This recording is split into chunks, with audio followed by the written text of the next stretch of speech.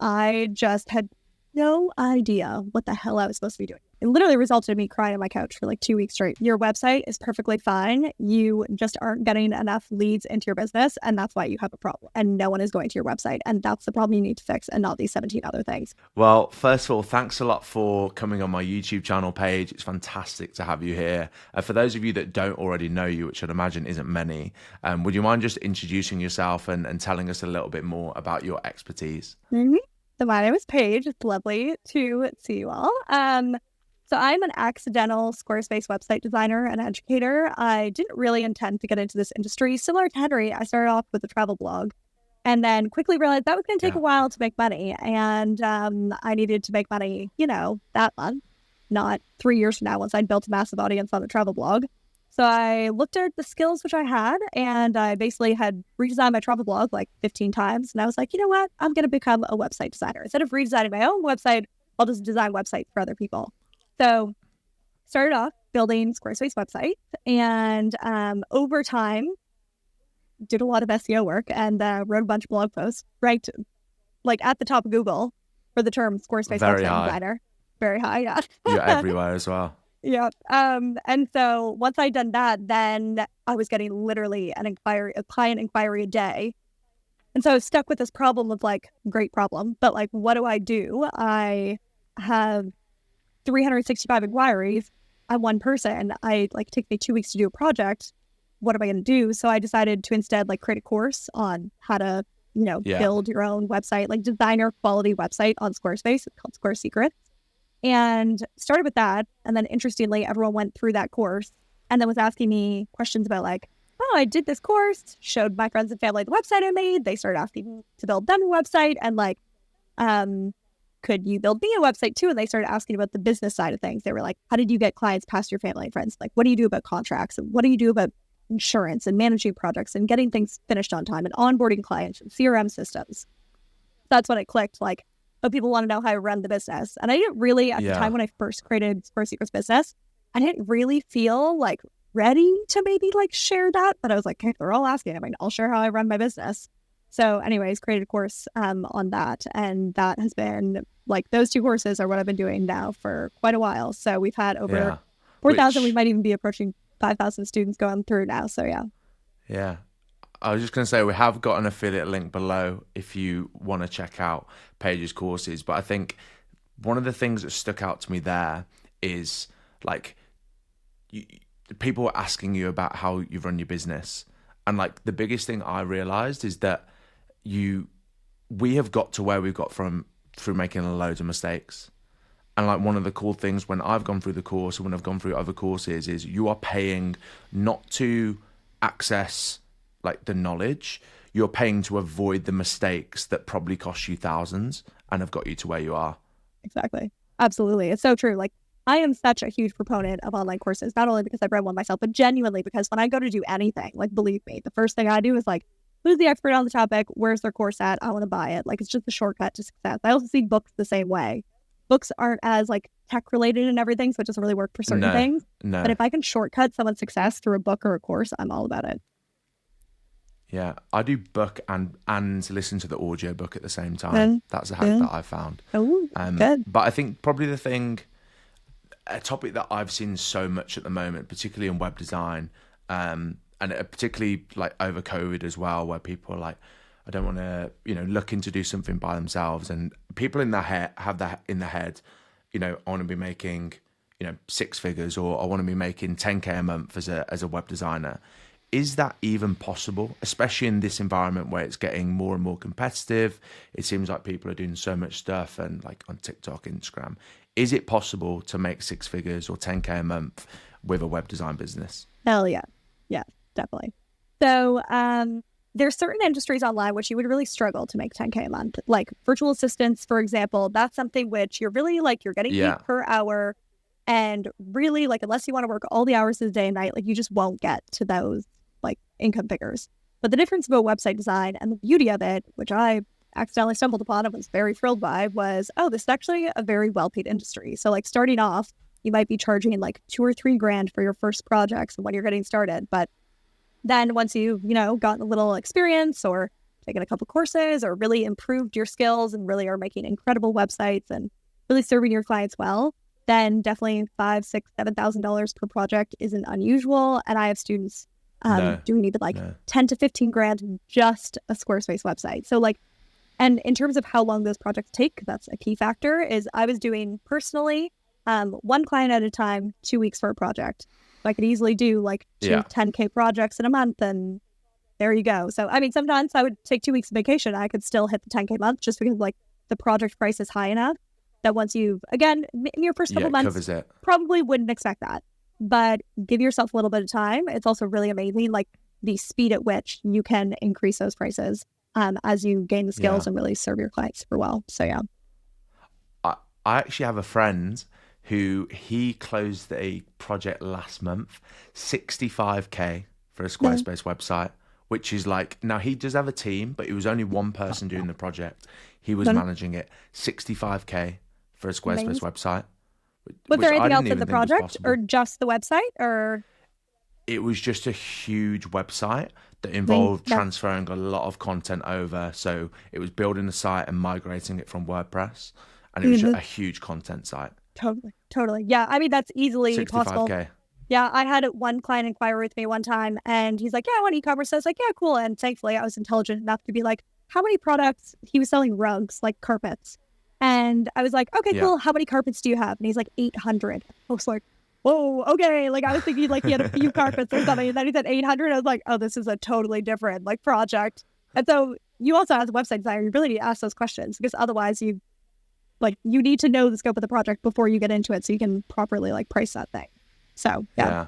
I think that's something that's probably pretty good to double click on for like people that are listening. What are the 3 things that someone can go away from, not just like, not, obviously ask how many rugs are on the website, but what are the 3 things that someone listening to this can actually go away from and action in order to make a tangible business to a tangible step towards that 10K a month or 100K a year?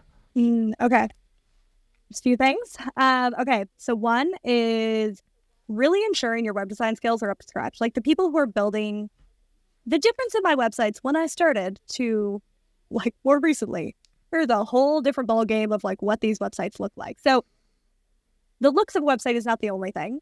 But it is definitely important. Like you can, if you're charging 10K for a project, you're definitely not just like swapping their content into the pre-built template and basically like that's not the case. Maybe at the very, very beginning, that's what we're doing. But like when you're building fully custom sites, you're getting paid 10K a project, then like you need to be really creating like the design based off of their content, and it needs to look really freaking good and really beautifully branded and everything. So one, getting your skills up to the quality of a 10K project, just looks wise, is definitely key. Of course. The next thing I would say is, and the thing which a lot of people struggle with, it really is wild. So 2 things.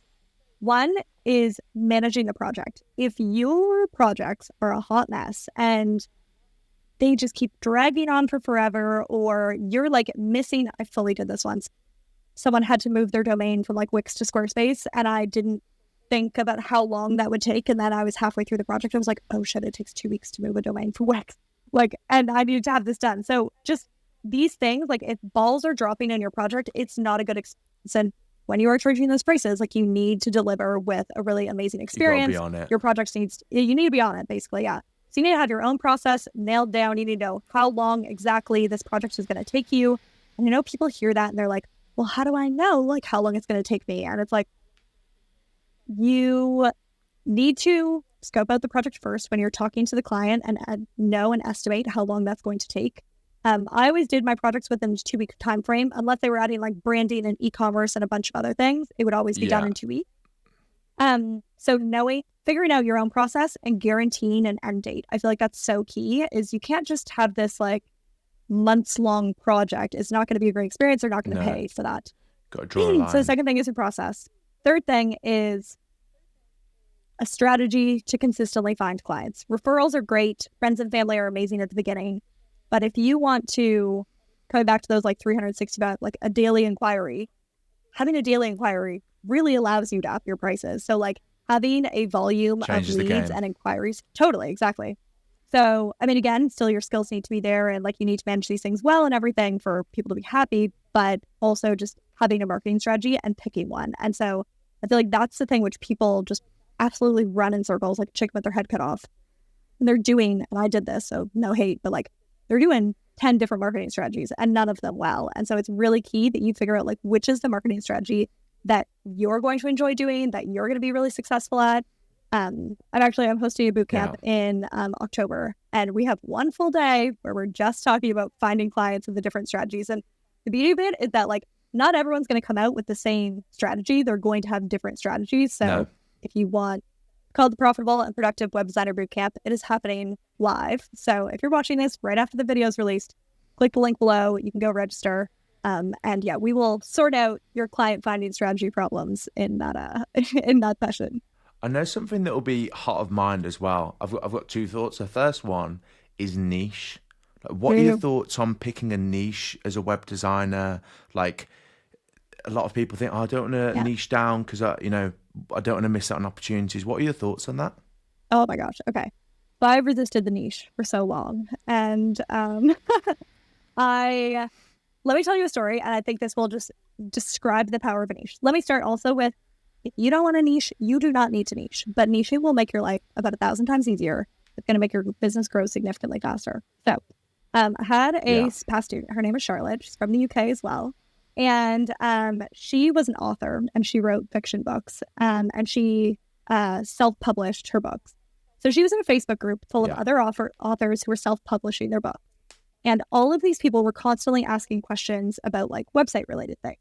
And she didn't have the budget to hire a website designer, so she went and DIY'd her website on Squarespace, kind of learned a bit in the process, binged my blog, and she was just in there answering questions for these like authors.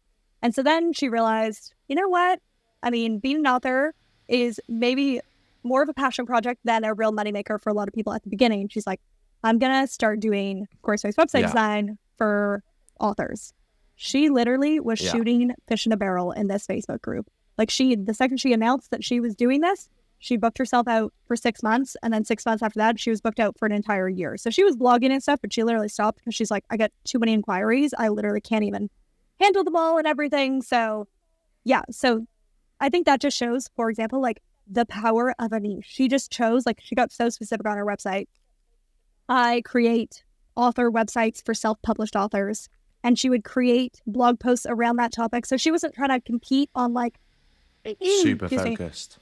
Exactly. She wasn't trying to compete on like super broad terms. She was competing on super specific terms and had that Facebook group, which no other website designer was in. And so again, she booked herself for a year, like within 6 months of starting her business. So yeah, and had a huge waiting list. So it's very powerful. Yeah. You don't have to do it. You can be very successful without a niche. I have tons of students who have not picked a niche, or it's kind of broad, like female creative business owners or something, which like I would say isn't really a niche. But they could be super successful with that too. You can niche into a design style as well. Like I've seen people who do like minimalist or 100%. Super colorful and bold websites. Like those are also niches you can choose. So you don't have to, but it is helpful if you do pick one, even though I know it feels very scary. Yeah, I was like, my SEO agency was doing multi-six figures a year before I found the Squarespace niche. We were doing sites across WordPress, Webflow, but when I found the plugin and we focused, like my agency still does SEO across different web builders, but SEO Space is just Squarespace SEO. Mm-hmm. We get at least 10 signups a day for the plugin.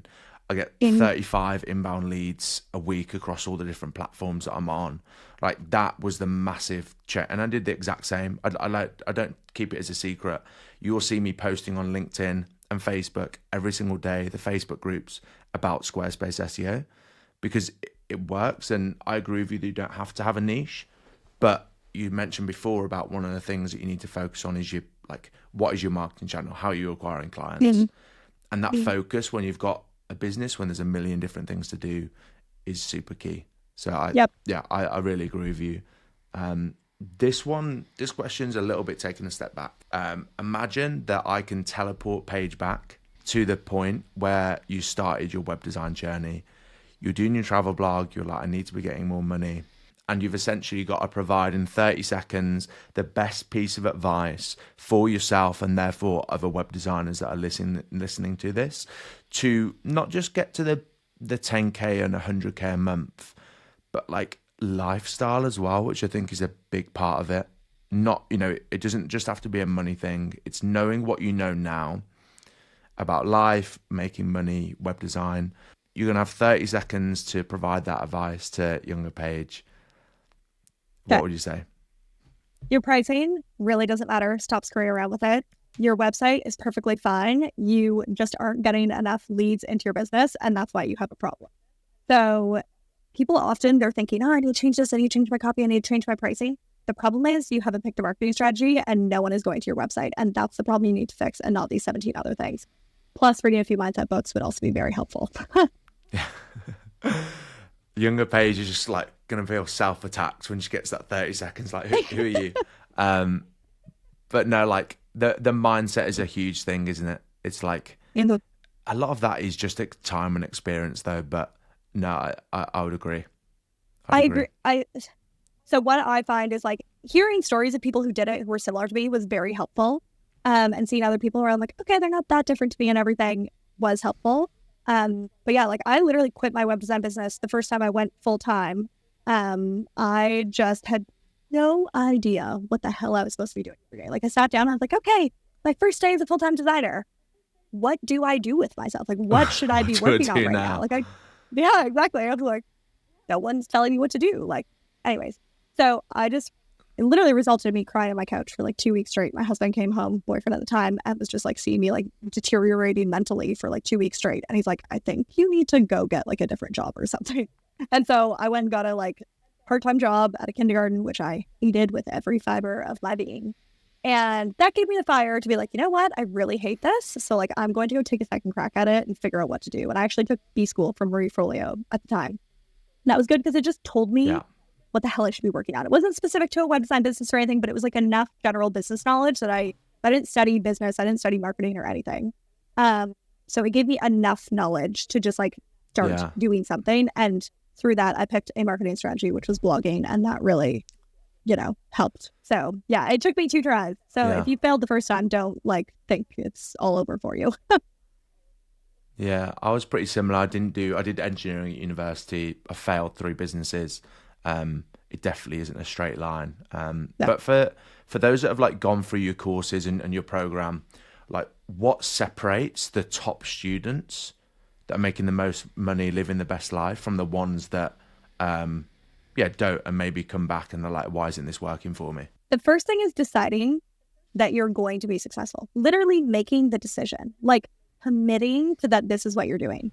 There was one student who I remember, Kenzie, and she came to one of the Q&A calls and she's like, hey, graduated last week. I'm not going to apply for any jobs. I'm just going to do this. And I was like, and she's like, I have like a month's worth of money in my bank account. Now, don't suggest everyone does that if that doesn't feel good to them or anything. But she was like, I am going to do this. Like, I am going to figure it out. And so I feel like when you commit, like, it's about committing to something and not having like, that's the other thing which I see happen, having like, oh, I'm doing these like 15 different things to like see what takes. It's really hard to run 15 things at once. And so really picking like, I am going to go all in on this, deciding you're going to figure it out. I feel like that was also key for me. It was like, I moved to Germany to be with a boyfriend. I was like, it's either this or I'm going home and like I'm breaking up with them because I can't afford to like live here and I don't speak German. So making a firm decision is really, really important, and kind of burning the boats behind you and not giving yourself another option is key. The other thing that I would say, that's what I say. Yeah, exactly. Burning the boats. And when I say burn the boats, like I don't mean be financially irresponsible. I'm not telling you to do that at all. I don't believe in that. But just like mentally making that decision. And like I worked that kindergarten job and I continued building the website business on the side. I'm like, I'm going to figure this out. So even if you do have some like other side hustle or part-time job or something which like keeps you going, that's totally fine. But like deciding that you are going to keep going. And my husband always says that. He's like, the thing that you have in business is an unbelievable amount of determination. Like that's literally what has brought you to this point. And I'm like, yeah, I think you're probably right on that one. Yeah, it's the only thing that's proven to succeed. Like work really hard over a long period of time And it's Mhm. very unlikely, unless you're unlucky, that you're not going to succeed. Mhm. Just improve 1% or Yeah. a little bit every day, and you'll get there. I can also say that like an obsession with the thing, like that's the other thing which I notice is the students who go in and they're like, I am obsessed with this topic and I'm going to listen to every podcast, listen to every YouTube video and like learn from it. Like they just spend their free time consuming business books and mindset books and like podcast episodes until they figure out how to do the thing they want to do. And then they go pick the next thing they want to do and really get like obsessed with that thing. So really Yeah. getting obsessed with it from, is also really great. Granted, not everyone starts and immediately is successful right off the bat. Like, yes, that happens. No. But other people, No. it takes them longer. They have kids or they have other responsibilities and stuff, and it takes them longer to build it. But Yeah. we've had students as well who Life have like, happens. life happens and that's fine. And they, like a year later, they've had their baby. They've, done mom life for a year and they're like, okay, no, I'm coming back at this and I'm going to like come back and really go for it. So, yeah. Yeah. And I think that follows in quite well to sort of like a lot of the things that I speak about. It's like life is really difficult. Shit happens all the time. But the only thing that you can do is like put your head down, focus, and cut out the distractions. Like we were just chatting before this, I'm going to Bali for 2 months. Like that is a place for me where I'm just able to focus and I get stuff done. So like make the decision, put yourself in the position to succeed, and yeah. I fully agree. I do so many things. I reflect at the end of every year. No, Go ahead. in fact, that's a good topic. What are the habits that you have to instill that? You said reflection at the end of every year. So at the end of every year, I would highly suggest this. I always look at like, what is the key thing I'm working towards and if I'm not hitting it, why am I not hitting it? So for a while it was like grow my email list by a certain amount. And that was my goal every year. And I never, like year after year after year, I never hit my goal. I was like, why does this keep happening? And so I looked back at what I was doing. I was like, the thing that you say is your goal, you're not like, it's not correlating to the projects of the work that are like happening in your calendar. And I'm like, why is that happening? Like, no. Exactly. So really being very conscious of what you're spending your time on and is that moving you towards your goals? And so that's key. The other thing is working with the way that you naturally are. So for example, in the pandemic, I was like, I'm going to do some hobbies. So I was like, I'm going to watercolor paint. I'm going to do embroidery. I'm going to do these things. Bought the stuff for it, did it once, never did it again, never picked it up. And I was like, why does this keep happening? Why am I not doing what I say I want to be doing? And I realized like, I'm the type of person who needs an appointment to get myself to stop like working or doing, I don't know, something else and like to go and do something. I took up horseback riding because it was one thing you could still do in the pandemic because you're on a horse like 6 feet away from the instructor. And so that had an appointment and I finally I had a hobby that I like went and did consistently. And it's because I committed to another person that I was going to be at a place and I paid for it too. So that helps. Yeah. So like trying to figure out why are you not doing the things you say you want to do? And how can you like work with yourself and figure out, okay, well, if I have an appointment, I'm actually more likely to go do the thing I want to do. So, yeah. Because often people actually lie to themselves as well. People are very good at telling themselves excuses for why they're not achieving their goals. I see that all the time. All the time. People say, oh, I was focused on this, and you actually break down what you're doing. How often were you on your phone? How often did you go on social media? And actually the time that you're productive wasn't that often.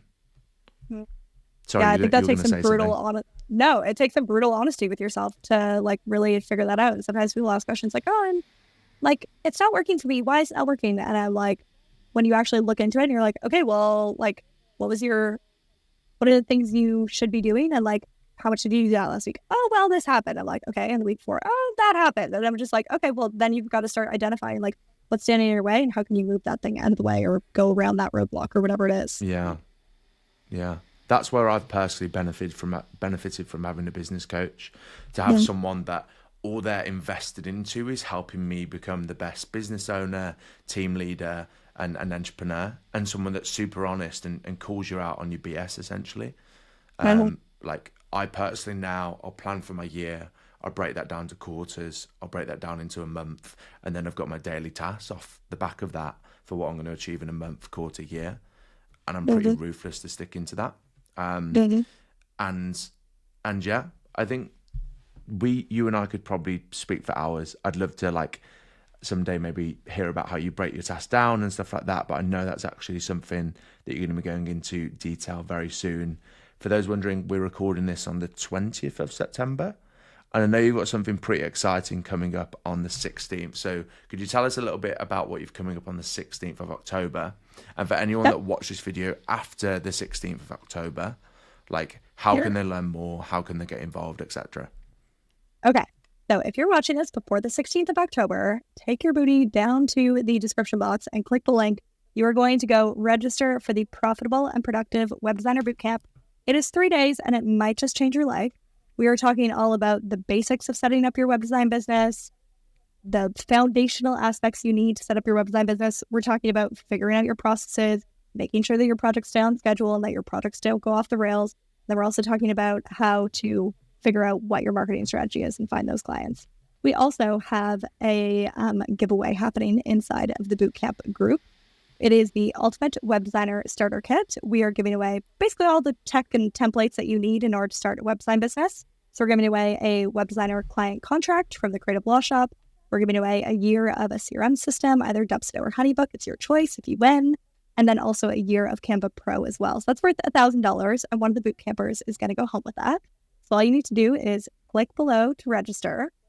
We will get you inside of our bootcamp group. It's going to be live. It's going to be a ridiculous amount of fun. I'm in there all week. My only job that week is to hang out with you and answer your questions. So if you want to know anything and everything about being a website designer, running a successful business, I'll be in there. And we also have some incredible past students who are going to share just how they built their businesses, so you can hear from more than just me, basically. That's happening on October 16th, 17th, and 18th. And if you find this video after that, we do host that event-ish every 6 months to a year, depending on the year. So the best place to go would probably be my YouTube channel. Go subscribe over there and we'll give notifications when we are doing the next one. Yeah, and just to clarify, that bootcamp's free as well. Oh, so yeah. you're getting That's all free. of that value. So like pretty much a no-brainer. And I think your YouTube videos, I've learned a lot from those. So definitely go over and subscribe to Paige's channel. Subscribe to mine if you haven't already, and if it's the first time finding me. But I just want to say thanks a lot for your time of coming on, Paige. I've been really inspired, like coming into this space and seeing what you've done. And yeah, it's great to finally speak to you and hear more about like how you can, as a web designer, get to that 10-figure a month mark, which I know a lot of people listening will want to be at. Yeah. Thank you, Andrew. It was so lovely to chat. Cheers, Paige.